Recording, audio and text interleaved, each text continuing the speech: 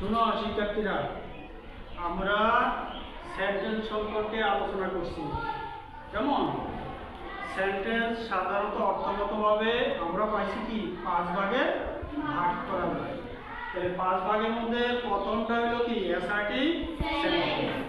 এই অ্যাসার্টিভ সেন্টেন্সকে আবার কি করছে 2 ভাগে ভাগ করছে।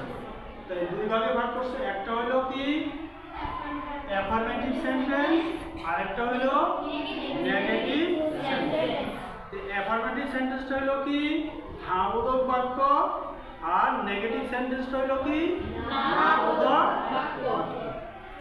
তাহলে আমরা প্রথমে আলোচনা করব কি অ্যাসার্টিভ সেন্টেন্সের যে 2টা ভাগে ভাগ করছে তার একটা ভাগ নিয়ে এখন আলোচনা করব। প্রথম ভাগটা কি হাবোধক বাক্য। তাইলে হাবোধক বাক্য হলো কি অ্যাফার্মেটিভ সেন্টেন্স। দেখো অ্যাফার্মেটিভ সেন্টেন্স কাহাকে বলে, প্রথমে আমাদের জানতে হবে অ্যাফার্মেটিভ সেন্টেন্স কাহাকে বলে। অ্যাফার্মেটিভ সেন্টেন্স যে সেন্টেন্স দ্বারা, দেখো যে সেন্টেন্স দ্বারা কোনো কিছু স্বীকার করা হয়, যে সেন্টেন্স দ্বারা কোনো কিছু স্বীকার করা হয়, অর্থাৎ হ্যাঁ বোধক বিবৃতি প্রদান করা হয়।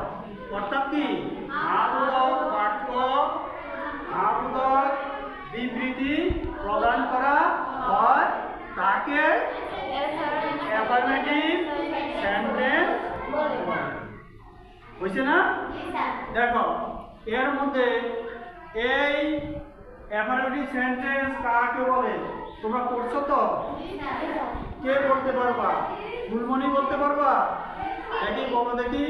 যে সেন্টেন্স দ্বারা কোনো কিছু স্বীকার করা হয় অর্থাৎ হ্যাঁ বোধক বিবৃতি প্রদান করা হয় তাকে অ্যাফার্মেটিভ সেন্টেন্স বলে। ধন্যবাদ। এখন দেখো এই অ্যাফার্মেটিভ সেন্টেন্সের একটা নিয়ম আছে, গঠনের একটা কি নিয়ম আছে, ওটাকে কি বলে গঠন প্রণালী। অ্যাফার্মেটিভ সেন্টেন্সের গঠন প্রণালী। এই অ্যাফার্মেটিভ সেন্টেন্সের গঠন প্রণালী বলতে পারে কে?